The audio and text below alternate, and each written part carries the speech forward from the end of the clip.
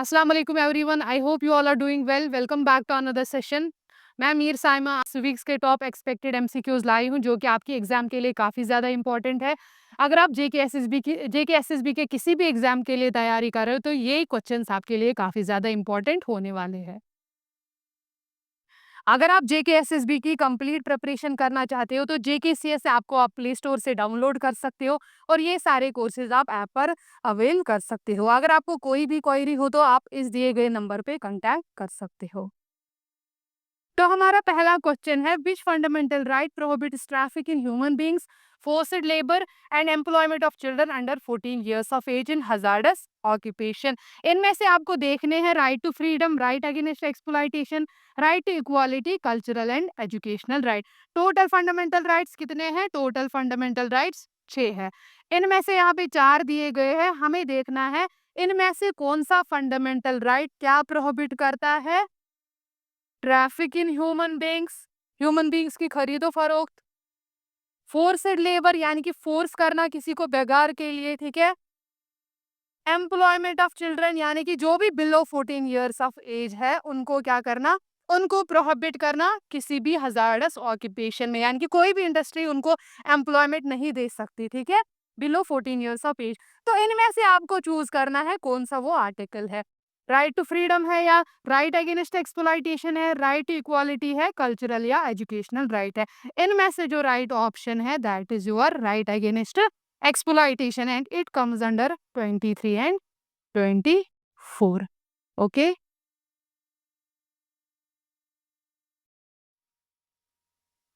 बढ़ते हैं अपने एक और क्वेश्चन की तरफ। Which article of the Indian constitution guarantees universal adult franchise for elections to the Lok Sabha and state legislative assembly. इनमें से कौन सा आर्टिकल इंडियन कॉन्स्टिट्यूशन को गारंटी करता है universal adult franchise?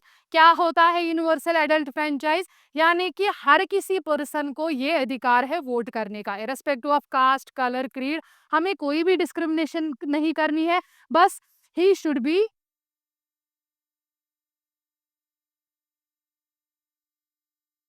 18 years of age. अगर कोई भी बंदा 18 ईयर्स की एज का है तो वो क्या कर सकता है, वोट कर सकता है। पहले क्या एज थी? It was 21।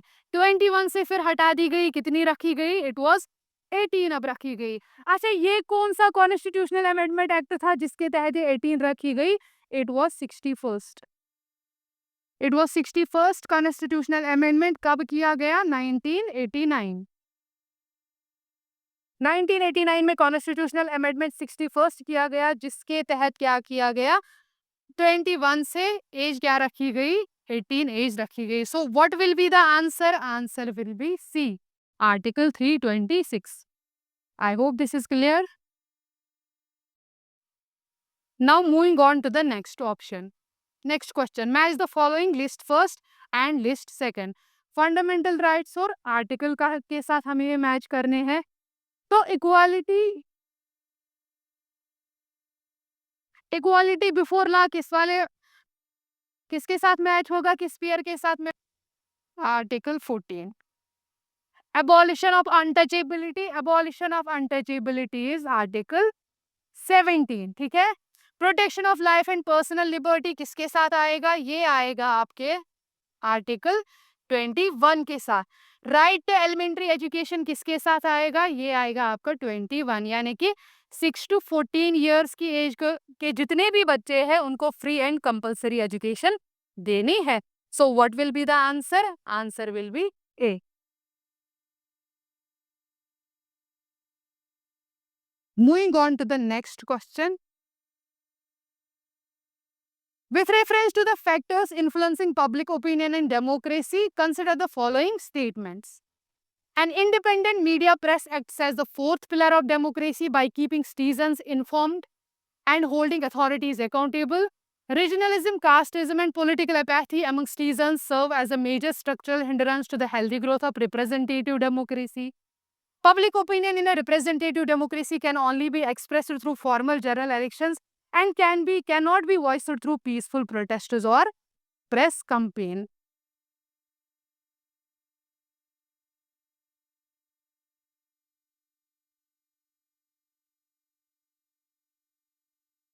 तो हमें सबसे पहले ध्यान से देखने होंगे क्वेश्चन। सबसे पहले पढ़ेंगे एंड क्या एक इंडिपेंडेंट प्रेस फोर्थ पिलर है? यस। एक इंडिपेंडेंट प्रेस जो कि जिसपे किसी भी पॉलिटिकल पार्टी की जो जिसपे किसी भी चीज का इन्फ्लुएंस नहीं होगा, that is considered as a independent press. ठीक है। क्या इंडिपेंडेंट प्रेस को फोर्थ पिलर ऑफ डेमोक्रेसी कहा जाता है? यस। लेजिस्लेचर, एग्जीक्यूटिव और जुडिशरी के बाद जो फोर्थ पिलर ऑफ डेमोक्रेसी है, दैट इज योर प्रेस। ठीक है। तो ये हमारा ऑप्शन सही रहेगा। ठीक है। बिकॉज ये अथॉरिटीज को अकाउंटेबल बनाता है और ये जो सिटीजन्स है उनको इन्फॉर्म रखता है। तो हमारा पहला ऑप्शन सही रहेगा। दूसरा, regionalism, casteism and political apathy among citizens serves as a major structural hindrance to the healthy growth of representative democracy. क्या होती है representative democracy या indirect democracy? जहां हम इलेक्शन के थ्रू अपने एमएलएज, अपने रिप्रेजेंटेटिव्स को चूज करते हैं और वो हमारे बिहाफ पे लॉज बनाते हैं। ठीक है। अच्छा, अब अगर हमने रीजनलिज्म किया, रीजनलिज्म का मतलब क्या है? अपने रीजन को प्रेफरेंस देना। कास्टिज्म मतलब अपने कास्ट को प्रेफरेंस देना। पॉलिटिकल एपैथी मतलब कि पॉलिटिकल नो पॉलिटिकल पार्टिसिपेशन। ठीक है। अगर हमने ये चीजें रखी तो क्या आपकी डेमोक्रेसी हेल्दी डेमोक्रेसी कहलाएगी? नो, ये इसको हम हेल्दी डेमोक्रेसी नहीं कहेंगे। जब आपकी डेमोक्रेसी में ये सारी चीजें होगी तो क्या ये आपके लिए हिंडरेंस बन जाएगी? Yes, it will be a major hindrance to the healthy growth of representative democracy. ठीक है। ये भी हमारा सही रहेगा। तीसरा, public opinion in a representative democracy can only be expressed through former general elections and can not be voiced through peaceful protest और press campaign. क्या होती है पब्लिक ओपिनियन? पब्लिक ओपिनियन होती है व्यू पॉइंट देना, कलेक्टिव ओपिनियन किसी भी law, किसी भी कॉन्स्टिट्यूशनल अमेंडमेंट और किसी भी पॉलिटिकल इशू पे अपना ओपिनियन दे देना। क्या हम अपना पब्लिक ओपिनियन बस जनरल इलेक्शंस के थ्रू ही रिप्रेजेंट करते हैं या एक्सप्रेस करते हैं? नहीं, हम उसके थ्रू ही एक्सप्रेस नहीं करते बल्कि हम पीसफुल प्रोटेस्ट के थ्रू भी एक्सप्रेस करते हैं। तो ये इनकरेक्ट रहेगा। तो कौन से दो ऑप्शन आपके सही रहेंगे? आपके जो दो ऑप्शन सही रहेंगे that will B 1 and 2। So option A is the right answer.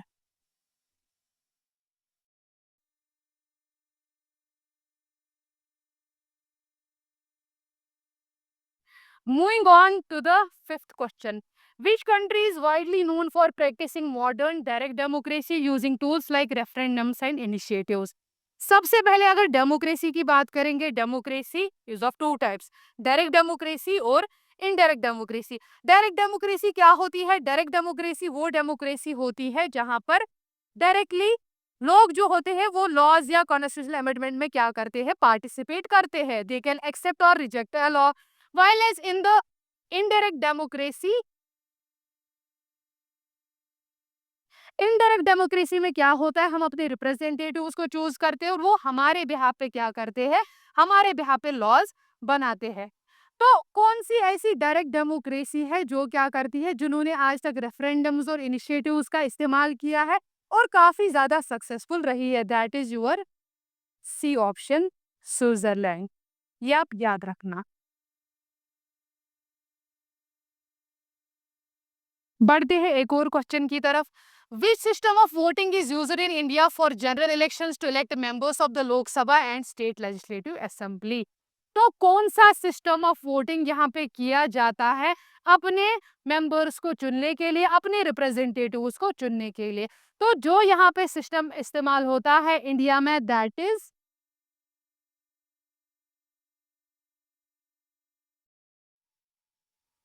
First past the post system. ठीक है। यानी कि जिस भी से रिप्रेजेंटेटिव को सबसे ज्यादा मेजोरिटी मिलेगी, मेजोरिटी वोट मिलेगी, he will be declared as the winner. So the right answer is B.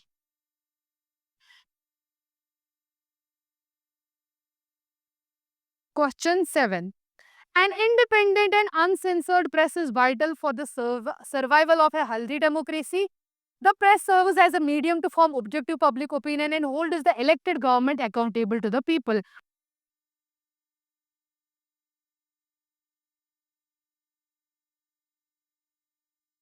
तो जैसा कि मैंने आपको अभी बोला कि ये जो इंडिपेंडेंट प्रेस होती है, फ्री एंड फेयर प्रेस जो होती है, वो किसी भी पॉलिटिकल ओपिनियन, वो किसी भी पॉलिटिकल ऑफिस या पॉलिटिकल कंट्रोल से क्या होती है, फ्री होती है। अब अगर वो पॉलिटिकल ऑफिस, पॉलिटिकल कंट्रोल से फ्री होगी, तो वो एक इम्पॉर्टेंट पिलर मानी जाएगी किसकी? For the healthy democracy. जैसा कि हमने अभी कहा कि it is considered as the fourth pillar of democracy, ठीक है? अगर ये इंडिपेंडेंट होगी, so that will be an important for healthy democracy. दूसरा पढ़ेंगे, the press serves as a medium to form objective public opinion and holds the elected government accountable to the people. Obviously ये जो government होगी, अगर आपकी independent press होगी, तो government will be answerable to the press, ठीक है?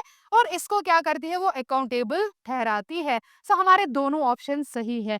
कौन सा ऑप्शन सही रहेगा? दैट विल बी योर ए।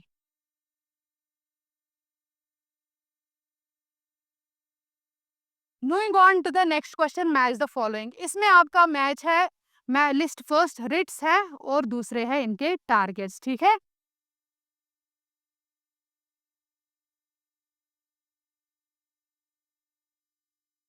तो क्या होती है रिट्स? रिट्स होती है हमारे लीगल ऑर्डर्स होते हैं जो high court, supreme court issue करते हैं for the protection of the rights of the people, ठीक है? जो टोटल देयर आर 5 रिट्स। कौन कौन सी है? हेबियस कॉर्पस है, प्रोहिबिशन है, क्यो वारंटो है, सर्चोरी है, ठीक है? तो हमें क्या करना है? इनको इनके टारगेट्स के साथ मैच करना है। तो हेबियस कॉर्पस को हम किसके साथ मैच करेंगे? हेबियस कॉर्पस को हम करेंगे इसके साथ, इलीगल डिटेंशन के खिलाफ। यानी कि अगर कोई भी पर्सन, किसी भी पर्सन को इलीगली डिटेन किया गया है, तो कोर्ट क्या करेगा? कोर्ट, सुप्रीम कोर्ट ऑर्डर करेगा, किसी भी गवर्नमेंट या पब्लिक अथॉरिटी के खिलाफ वो ऑर्डर निकाल सकता है। सो क्या आंसर रहेगा? Issued against both public authorities and private individuals for illegal detention, ठीक है? उसके बाद हमारा दूसरा ऑप्शन पढ़ते हैं, प्रोहिबिशन। ये आएगा issued against to lower judicial or quasi judicial bodies to prevent exceeding jurisdiction।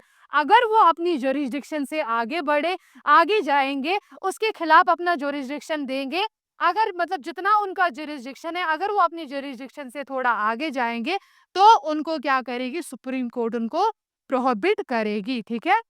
तीसरा क्या है हमारा?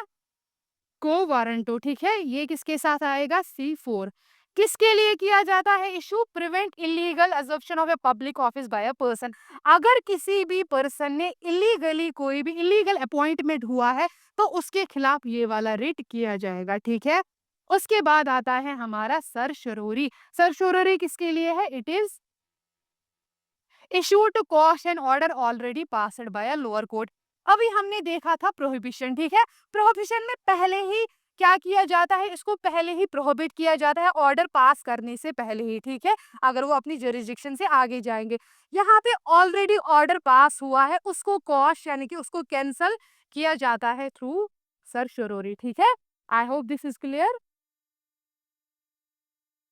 सो अब हम क्वेश्चन 9 देखेंगे। With reference to the suspension of fundamental rights during a national emergency under article 352, consider the following statements.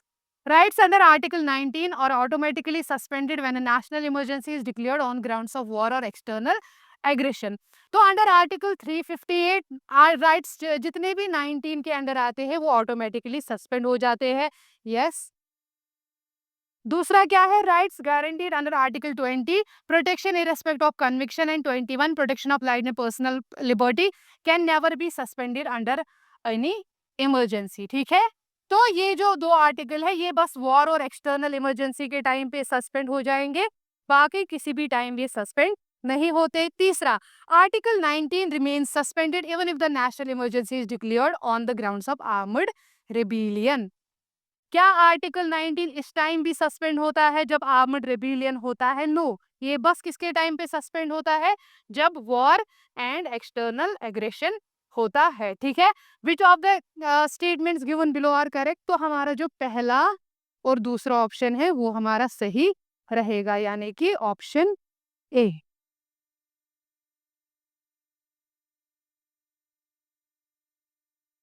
उसके बाद हमारा लास्ट क्वेश्चन है question 10, which of the following devices are recognised instruments of direct democracy.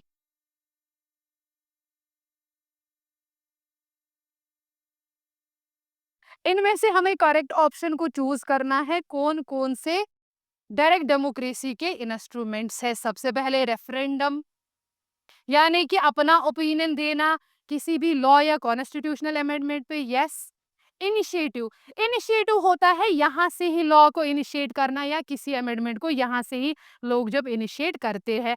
This is also to plebiscite, ये recall, recall का मतलब होता है अपने रिप्रेजेंटेटिव को उसके टर्म से पहले ही हटाना, ये भी इंपॉर्टेंट है, ये भी एक इंस्ट्रूमेंट ऑफ डायरेक्ट डेमोक्रेसी है। उसके बाद प्लेबिसाइट, जब भी कोई पॉलिटिकल अपना ओपिनियन देना होगा किसी भी पॉलिटिकल इशू पे, that will be your plebiscite.